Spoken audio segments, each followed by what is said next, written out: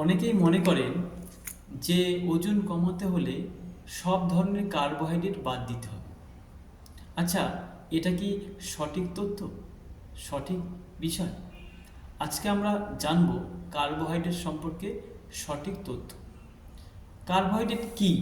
প্রথমে জানতে হবে কার্বোহাইড্রেট কি। কার্বোহাইড্রেট হচ্ছে আমাদের শরীরের প্রধান অন্যতম পুষ্টি উপাদান। এটি আমাদের শরীরের শক্তি, দৈনন্দিন কাজের যে শক্তি, অর্থাৎ আমাদের শরীরের জ্বালানির অন্যতম অংশ, যেখান থেকে আমরা সারাদিন যে এনার্জি পাই, আমরা প্রথম কার্বোহাইড্রেট থেকেই সেটা পাওয়া যায়। আর তাহলে আমাদের কার্বোহাইড্রেট খুব গুরুত্বপূর্ণ সারাদিন এনার্জিকে ধরে রাখার জন্য।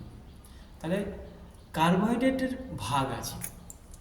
কার্বোহাইড্রেট সাধারণত দু ধরনের: সিম্পল কার্বোহাইড্রেট মানে সরল শর্করা, আর কমপ্লেক্স কার্বোহাইড্রেট মানে জটিল শর্করা।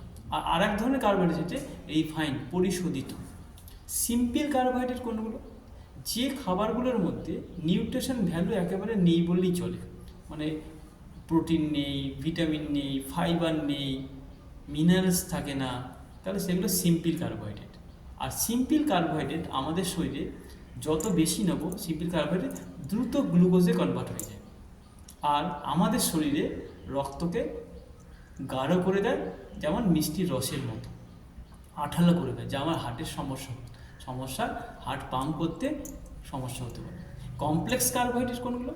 যে খাবারগুলোর মধ্যে প্রোটিন, ভিটামিন, মিনারেলস, ফাইবার থাকে, সেগুলো হচ্ছে কমপ্লেক্স কার্বোহাইড্রেট। আর কমপ্লেক্স কার্বোহাইড্রেট আস্তে আস্তে আস্তে আস্তে গ্লুকোজে কনভার্ট হয় আর আমার ব্লাডকে সঠিক রাখতে সাহায্য করে, যা হার্ট পাম্প করতে সহজে পাম্প করতে পারে, আমার অসুবিধা হয় না।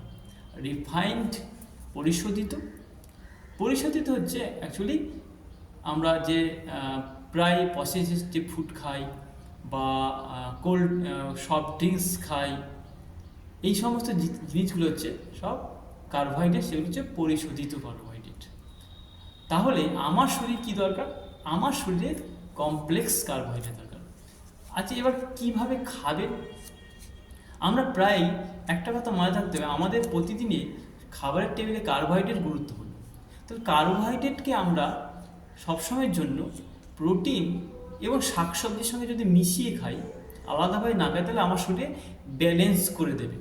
তাহলে আমরা কার্বোহাইড্রেটকে প্রোটিন এবং শাকসবজির সঙ্গে মিশিয়ে যদি খাই, তাহলে আমার শরীরে সেটা ব্যালেন্স হতে পারে।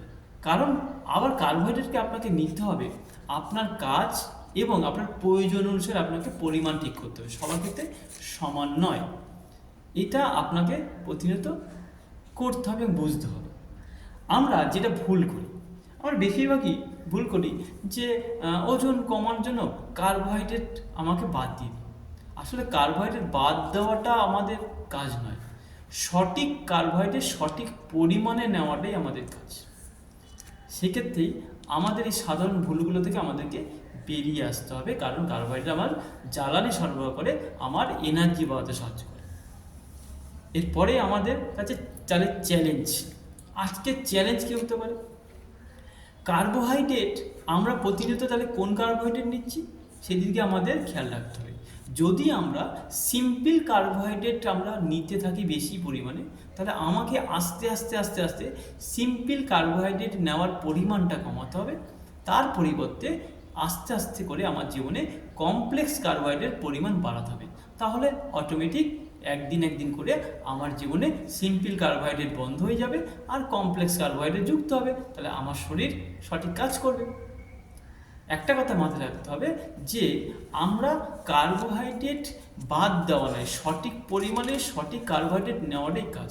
কারণ আমাদের সায়েন্স বলছে শরীরে প্রত্যেক দিন আমরা যে খাবার টেবিল, সেই খাবারের টেবিলের মধ্যে খাবারের যে থালা থাকবে, সে তার মধ্যে 3টে ভাগে ভাগ করতে হয় আমাদের খাবারকে। এক হচ্ছে আমার 40% প্রত্যেক দিন খাবার, যদি 100% খাবার হয় তার 40% কার্বোহাইড্রেট লাগে, 30% গুড ফ্যাট লাগে, আর 30% প্রোটিন লাগে। তাহলে আমার কার্বোহাইড্রেট গুরুত্বপূর্ণ। তাহলে কার্বোহাইড্রেটকে বাদ দিয়ে কিন্তু কোনো কিছু সমস্যার সমাধান হবে না, বরং কার্বোহাইড্রেটকে গুরুত্ব দিতে হবে। তাহলে আজকে আমরা যে কার্বোহাইড্রেট সম্পর্কে জানলাম, কিছু তথ্য আপনাদের সামনে আমরা দিলাম, সেগুলোকে আমাদের সঠিকভাবে অ্যাপ্লাই করতে হবে নিজের শরীরের জন্য, নিজের খাবার টেবিলের জন্য। তাহলে আজকে আমার এই ভিডিওটি যদি আপনাদের ভালো লেগে থাকে তাহলে অবশ্যই লাইক করবেন, অন্যের প্রয়োজনে শেয়ার করতে পারেন এবং আমার পাশে থাকার জন্য, প্রতিনিয়ত আরও ভালো ভালো পরামর্শ পাওয়ার জন্য আমার চ্যানেলটি সাবস্ক্রাইব করবেন আর আমার পাশে থাকবেন। এবং আপনাদের প্রতিনিয়ত আমি বিভিন্ন ধরনের ভিডিও দিয়ে আপনাকে সাহায্য করব। আপনি কমেন্টে জানান আপনার কার্বোহাইড্রেট সম্পর্কে সবচেয়ে বড় প্রশ্ন কোনটি। আমি চেষ্টা করব আপনার প্রশ্নের উত্তর দেওয়ার জন্য। নমস্কার, ভালো থাকবেন। আমি শিবু দাস। পরবর্তী ভিডিওতে আপনাদের সঙ্গে দেখা হবে। সুস্থ থাকবেন, সচেতন থাকবেন।